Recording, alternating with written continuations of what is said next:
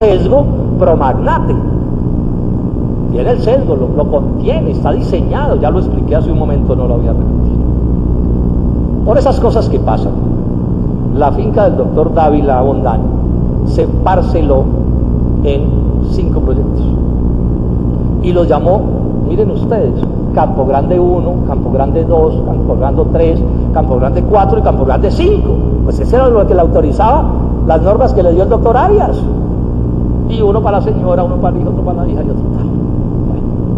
Y por esas cosas que pasan, el comité técnico, un comité de evaluadores del ICA, le negó a 2 de los proyectos de la familia Dávila la plata. Lo declararon no elegible, que es como se llama en el argot, porque la cosa funciona así. El ICA proclama elegibles y el ministerio los elige. O sea que la última palabra la tiene el ministerio y es discrecional hacerlo. Y no puede decir el ministerio que no se dio cuenta de los apellidos repetidos, ni de las propiedades repetidas. Porque alguien le reclamaba, el doctor Uribe le insinuaba en el sainete aquel del acto de campaña del ministro Arias, ¿fue que ustedes no se dieron cuenta de los apellidos repetidos? ¿No se dio cuenta el ministerio, viceministro, de los apellidos repetidos? La explicación que dio ese día el doctor Caro, el director del ICA, fue que sí se dieron cuenta, pero que en la convocatoria no se podía hacer nada porque la cosa era por proyectos. Bueno, hubo 2, Campo Grande 1 y Campo Grande 3, que no cumplieron los requisitos. Y el comité de expertos del ICA los declaró no elegibles. O sea, listos, no entran, perdieron, se salen de este asunto. Dice la norma que si como resultado de este estudio, o sea, el de la comisión de expertos, se determina que el proyecto es inviable en uno o más de sus componentes, el mismo será rechazado y se le comunicará sobre tal hecho al proponente. O sea, se acabó el cuento, falló. Bueno, y a estos lo rechazaron pues por 7 razones diferentes de peso. El caudal seleccionado para el módulo de riego es muy alto, para una tubería de 8 pulgadas, además se equivocan en todo. El motor seleccionado para la bomba, porque son los distritos de riego, tampoco es el motor que corresponde. No se tiene claridad con respecto al suministro de energía. Se presentan explicaciones técnicas de un tipo de suministro y en el presupuesto se hace referencia a otro suministro. No hay claridad sobre la concesión de aguas. ¿Qué tal? Un proyecto de riego que no tiene claridad sobre la concesión de aguas. No se anexan soportes jurídicos del arrendador del predio. ¿Qué tal está? En el presupuesto presentado se relacionan más aspersores de los que define el diseño. Más aspersores piden que los que define el diseño. Entonces se lo negaron. Y ahí debería terminar el asunto. Y oh sorpresa, en la lista de elegibles aparecieron los 2 proyectos, Campo Grande 1 y Campo Grande 3, y les dieron ya 435 millones al uno y 445 millones al otro, o sea, cerca de 1.000 millones de pesos. Espero que las autoridades de control estén observando lo que están diciendo y investiguen eso. Le pedimos explicaciones al ministerio desde el jueves de la semana pasada. Estamos diciendo, bueno, digan cualquier cosa. ¿Cómo resucitaron ese muerto? O esos 2 muertos. No, hay un tercero, otra empresa que también resucitaron. Vinagro se llama. ¿Cómo lo resucitaron? Que se reunieron en el comité de administración, donde tiene silla el doctor Juan Camilo Salazar, viceministro de Agricultura, Rodolfo Campos Soto, Javier, que es el gerente del INCODER, Javier Romero Mercado, que es el director de Desarrollo Rural, y el doctor Andrés Caro, que es el mister, que es el jefe del ICA, y simplemente metieron a los 2 que no eran en el listado de los que sí eran, lo publicaron en la prensa y les dieron la plata y se acabó el juego. Y esta es la hora en que no hemos recibido explicación satisfactoria. En algún momento nos dijeron que fue que los expertos del ICA cambiaron las reglas. Pues cambiaron, o sea, decidieron de otra manera. Si lo hicieron, violaron la ley, los expertos, porque la ley no les permite hacer eso. Pero además llevamos casi una semana pidiéndole al ministerio que nos mande el acta de la reunión de los expertos, para ver cuáles fueron los expertos que violaron la ley diciendo que se resucitaba ese proyecto. Supongo que irá a decir ahora el ministro que fue que le hicieron algunos cambiecitos al proyecto. Pero miren la prueba reina que tenemos aquí para probar que no le hicieron cambiecitos al proyecto.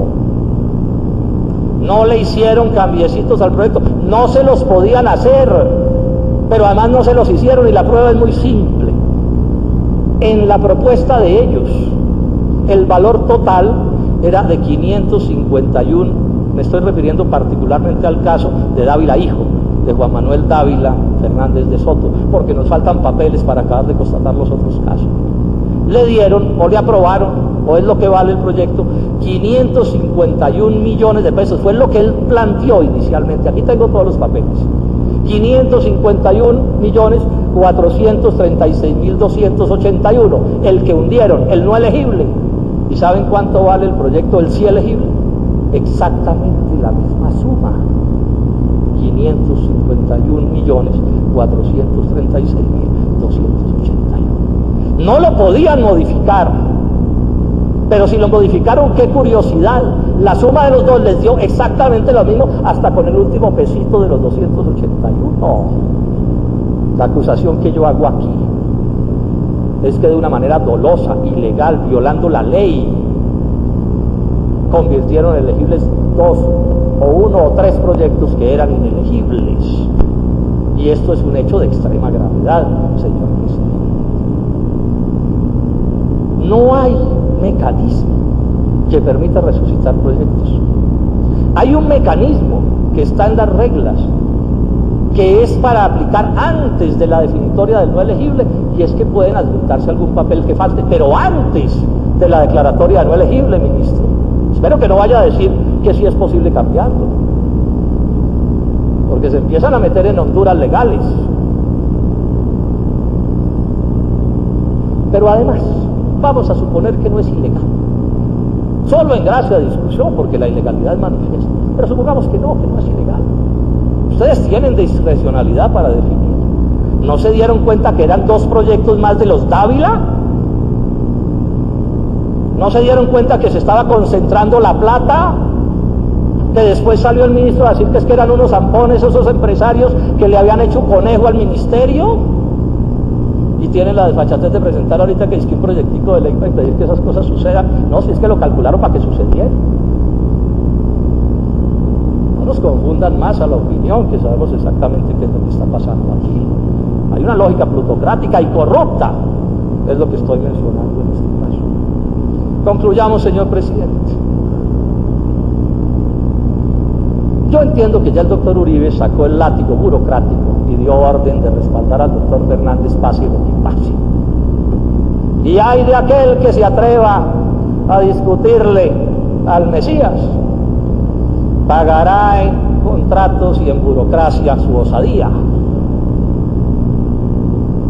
Pero yo sí les pido con todo cariño y cordialidad que reflexionen, que aquí estamos hablando de cosas graves, muy graves, y que asumir una actitud de alcahuetería, de combo, de banda, de compadrazgo, de proteger al amigo o al amigote, no es una lógica sensata.